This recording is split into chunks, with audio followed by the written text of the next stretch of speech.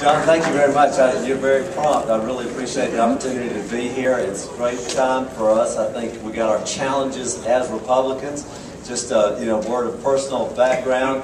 I was raised in Athens, Georgia, and when I was a small child, whenever my mother was gone, I would tell people she's at the League of Women Voters.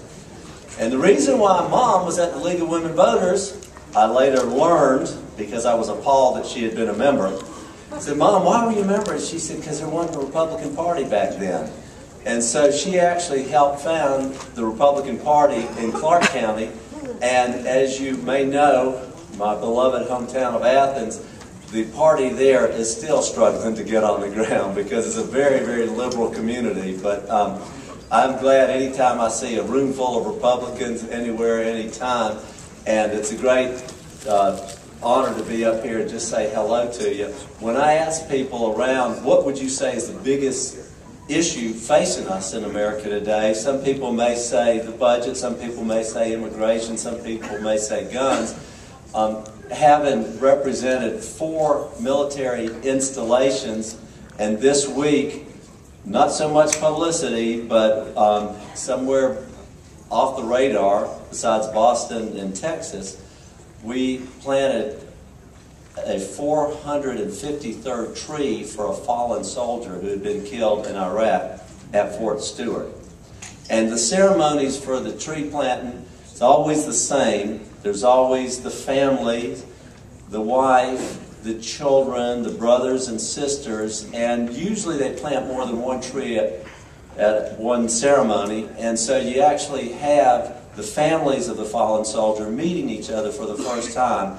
And there's so much of an irony in the fact that these soldiers who are being buried worked with each other, knew each other intimately, fought side by side, and died together. And the families, for the first time, are meeting only to mourn together. I often ask school kids, should the American soldiers fight a fair fight? And if I'm near a military installation, they know the answer to that is no. Because you and I want our soldiers to have the strongest tanks, the fastest airplanes, the most accurate missiles and rifles, and the best training there is on earth, because we want them to come home alive.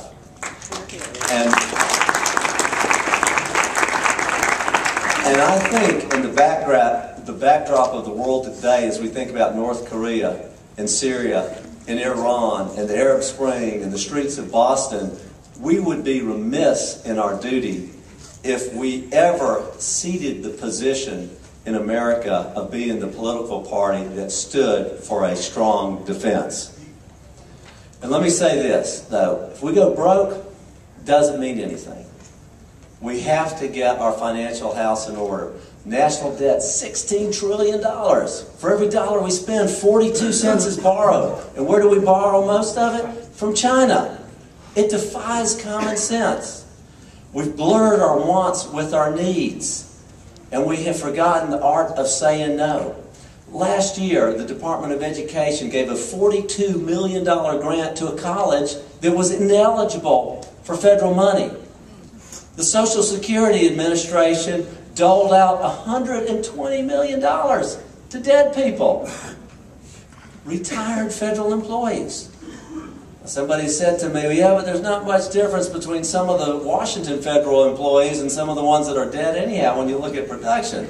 I don't know about that. The NIH, the National Institute of Health, that has done so much to advance the cause of cancer and Alzheimer's research, but still spent $8 million on a study to determine if the Tea Party was receiving tobacco money or not.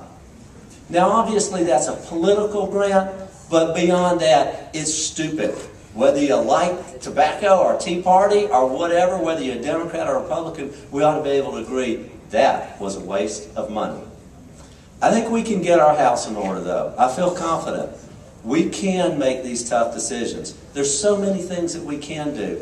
There are 47 different federal job training programs. I recently asked the interim Secretary of Labor, do any of them work? Because think about it a minute. If you got one that works, the other 46 aren't needed, right? Could we agree on that? The school lunch program, 16% error rate, over $1 billion in errors. School breakfast, 25%. Could Democrats and Republicans not agree to at least get that kind of stuff out of the way? I mean, this stuff just gives us momentum. You know, if you're on Medicare, most of the money is spent during the last days of life, even the last months of lives. We have people who have an incentive to get a living will. You could save $6,000 a person. Now, that doesn't sound like a lot of money, but when you multiply it out times the millions that are on Medicare and think that it's a good policy thing to do, we can get this done. I sat down with my dad, who died at the age of 90, and we did the living will, and he told me, and you know, if you've walked through this, there's lots and lots of questions. He said, son, let me just tell you, because the big essence is, how long do you want to be prolonged in the case that you lose consciousness? And he said, son, it's real easy. You keep me living longer than I want to be, I will come back and haunt you. And you know what? It brought us together closer as a father and a son and as a family, and when the day came, we were all ready for it. These are things that you and I can do. They're common sense directions for this country. Think about the great legacy that we have and why you are here on a beautiful spring day on a Saturday, when you could be doing yard work.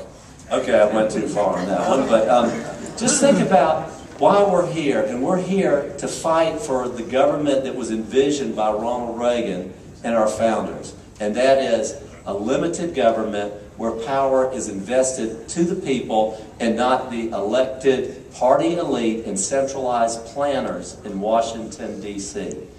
The scary part that you and I know after this November is that the change to save America is up to you and I.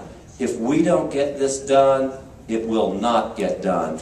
Therefore, I think what we're doing today is a very important and profound thing, and I thank the Lord that people like you are willing to stand shoulder to shoulder for the cause of freedom, and I am very, very proud to be on your team.